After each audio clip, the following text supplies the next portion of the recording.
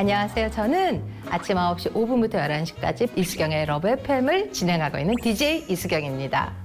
네, 우리 선배님이 또 작가이자 어느덧 38년째 라디오 부스를 지키고 있는 베테랑 DJ로도 유명하신데요. 오늘 어떤 고민으로 기적의 솔루션 찾아주셨을까요?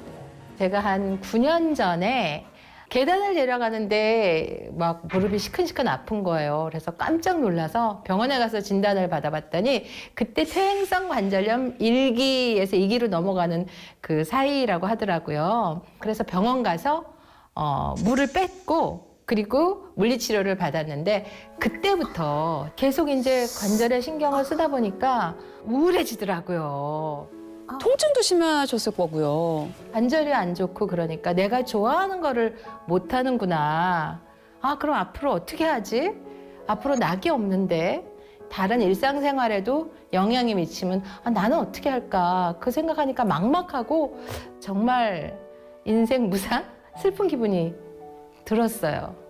네, 이수경 씨가 퇴행성 관절염 진단 전에는 줌바 댄스도 배우러 다니고 여러 외부 활동을 즐겼는데 관절이 좋아지지 않으면서 모든 걸 중단할 수밖에 없어서 심리적으로도 많이 위축이 되셨다고 합니다. 청소할 때 갑자기 이렇게 삐끗하다든지 또 설거지 할 때도 이렇게 손목 관절이 쑤시고 일상생활에서 그런 걸 느낄 때 이게 관절에 이상이 있나? 그런 거를 절감하게 되더라고요. 네, 사실 뭐 워킹맘의 숙명이죠. 몸은 하나인데 할 일은 10개가 뭐예요. 그냥 집안 구석구석 남편의 아이들까지 뭐 제 손이 안 닿는 곳이 없죠. 네, 안 그래도 바쁜데 관절까지 안 좋아지셨으니까 참 속상하실 것 같아요. 솔직히 여자는 나이가 들어도 계속 예쁘고 싶고 또 자기가 좋아하는 거 하고 싶고 그런 마음이 들잖아요. 그런데 관절염이 발목을 잡으면 안 되잖아요. 그건 너무 싫은 것 같아요. 그래서 저는 FM대로 정석대로 사실 관절 관리를 그동안에 하고 있다고 생각했는데 혹시 제가 놓친 부분은 없는지 기적의 솔루션에 의뢰를 하게 됐습니다. 네, 2025년 새해가 밝았는데 뭐니 해도 가장 많은 분들의 소원은 건강 아니겠습니까? 그렇죠. 네. 이수경 씨 역시 튼튼한 관절 건강에 대한 소망이 무엇보다 크신 것 같습니다. 네, 그래서 오늘 특별히 서재걸 선생님과 함께 관절에 대해 자세히 설명해 주실 정형외과 전문의 김성준 선생님을 모셨습니다. 안녕하세요. 안녕하세요. 정형외과 전문의 김성준입니다. 저희 프로그램 또 오래간만에 그러니까 나오네요. 오랜만에 뵀어요. 관절 통증이 참 때를 가리지 않고 찾아오지만 요즘 같은 겨울철에 좀 괴로워하는 분들이 많은 것 같은데 왜 그런 걸까요? 제가 모양을 보면서 설명을 드리겠습니다. 여기 뼈와 뼈를 탄력 있게 받쳐주는 게 연골이고요. 윤활액처럼 이제 관절액이 있어서 관절을 윤활하게 만들어주는데 날씨가 추워지면 관절액의 점도가 떨어지게 됩니다. 그러면 관절이 탄력을 잃게 되고 뻣뻣해지고 이렇게 부닥칠 때 아프겠다. 충격을 잘 흡수하지 못하게 됩니다. 쿵쿵 부딪힐 때마다 제 관절까지 막 욱신거리는 느낌이 안 좋습니다. 네, 상진 씨 관절 정말 괜찮은 거 맞으실까요? 뭐 아직까지는. 네. 아직까지. 그냥 뭐 아침에 일어날 때 뭐 부두둑 소리 나거나 뭐 이 정도는 다 겪는 일 아닐까요? 예. 그렇죠. 이제 아직까지는이라는 얘기는 내일 어떻게 될지 모른다는 맞아요. 똑같습니다, 사실. 네네네. 그러니까 사실 관절염이 무서운 게 차라리 좀 욱신거리는 뭐 그런 느낌이라도 좀 들면 다행인데 정말 많이 안 좋아지기 전까지는 뚜렷한 증상이 나타나지 않는다는 게 특징입니다. 이게 어느 정도냐? 상지 씨 같은 이제 40대 이상의 90%가 퇴행성 관절 변화를 보이지만 그중에서 증상 느끼는 분들은 단 30% 정도밖에 안 된다고 하거든요. 그러면은 뭐 저도 40대인데 이미 관절이 나빠지고 있는 거네요. 근데 최근에는 이렇게 걸어 있는데 왜 다리랑 종아리랑 이렇게 발이랑 이렇게 연결되는 그 부분 있죠.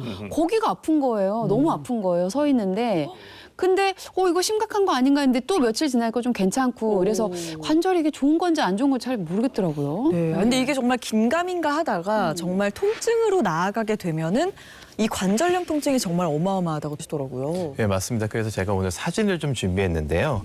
그 퇴행성 진행 정도에 따라서 이게 무릎의 관절염을 저희가 1기, 2기, 3기, 4기로 나누는데 어느 정도 됐을 때 통증을 느끼실 것 같으세요? 약간 근데 이기만 돼도 아플 것 같은데 저기 많이 뭐가 붙었어, 없는데? 이기만 해도. 3기 정도 되면 이제 뼈가 완전히 그냥 거의 거리가 공간이 없네요. 없어지죠. 사기는 고통스러워. 물려 들어갔어. 그렇죠. 근데 제가 준비한 연구 결과를 보시면 저기 보신 한 2기 정도의 경우에도 22.6% 정도만 이 통증을 느낀다고 합니다. 그리고 가장 심한 4기가 돼도 그 67.9% 정도 환자만 통증을 호소한다 그래요. 그러니까 3명 중에 1명은 그렇게 안 좋아졌는데도 직접적인 통증을 느끼지 못할 수도 있습니다. 내 관절이 점점 더 망가지고 있는 걸 놓치고 있는 건 아닌지 더욱더 걱정이 되네요. 결국 관절염으로 통증을 느낀다는 뜻은 이미 자신의 관절 건강이 손쓸 수 없는 지경에 이르렀다는 이야기일 수도 있거든요. 연골이 닳아서 뼈끼리 마찰될 정도로 악화되었다는 이야기인데요. 심각한 경우에는 관절염으로 인한 통증 수치가 인간 최악의 고통, 출산, 통풍보다 높은 것으로 알려져 있습니다. 그런데 이 관절염을 특히 더 조심해야 되는 분들이 있습니다. 바로 오상진. 예, 오상진 너무 지금 아니래. 맞아. 예, 오상진은 당연하고요. 더 중요한 분들이 여성분들. 지혜 씨랑 소영 씨. 네네. 혈 때문에? 왜 안 좋으냐 하면은 선천적으로 남성보다 관절을 품고 있는 연골이 매우 얇은 데다가 갱년기를 기점으로 연골 세포 파괴를 막고 생성을 촉진하는 그 여성 호르몬이 안타깝게도 급격하게 줄어들기 때문입니다. 60세 이상 여성의 관절염 유병률이 남성보다 무려 3배 이상 높다고 알려져 있습니다.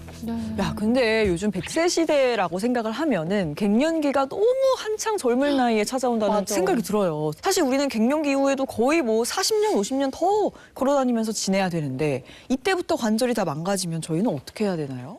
그게 저도 정말 안타깝게 생각하는데 병원에 찾아오시는 무릎 관절 환자분들이 저한테 하신 얘기가 다른 건 모르겠고 좀 통증 없이 걷고 싶다. 이렇게 말씀을 많이 하세요. 그만큼 이제 걷는 능력, 보행 능력이라는 게 건강에 상당히 중요한데요. 제가 이게 가지고 온 논문에 보시면 이 보행 능력이 떨어지게 되면 생각해 보시면 근력도 떨어지고 심폐기능도 떨어지잖아요. 그래서 보행 능력이 떨어지는 경우에는 심혈관 질환 발생률이 무려 30%나 증가한다고 나와 있습니다. 그래서 관절 건강이 무너지면 단순히 일상생활뿐만이 아니라 이제 하나하나 건강들이 도미노처럼 무너지기 때문에 미리미리 관절 건강을 신경 쓰셔야 됩니다. 자, 말씀을 듣다 보니까 관절 건강은 어떻게든 사수를 해야 될 것 같습니다. 이수경 씨는 이것을 어떻게 지키고 계실지 지금부터 기적의 솔루션을 지켜보겠습니다. 네, 2025년 새해 첫 기적의 솔루션 주인공 이수경 씨 아침 일상은 또 어떨지요?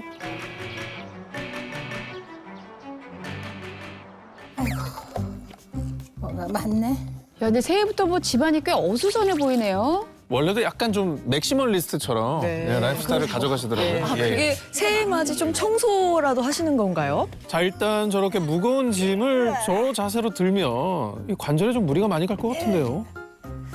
제가 사실 이사를 몇 달 앞두고 있는데요. 여기저기 짐을 많이 쌓아놔서 정리하느라고 좀 옮기고 있어요.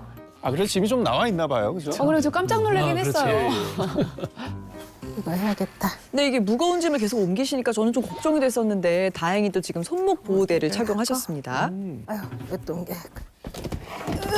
아, 근데 자세가 좀, 네, 저 자세가 아이고, 좋지 아이고, 않죠. 저 허리띠기 딱 좋은데. 아유, 안 됩니다. 아이고, 허리야. 뭐 사실 이사가 보통 일이 아니죠. 전문가분들에게 맡겨도 내가 직접 해야 되는 게 굉장히 많아요. 손 가는 게 많기 때문에. 아유, 됐나? 힘들다. 이제 배고프네.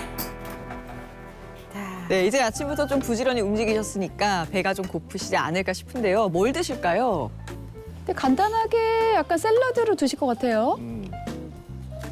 오, 자, 견과류에다가 블루베리. 블루베리 왕창. 좋은데요? 예, 오. 거기다 좀 뭐 올리브 오일까지.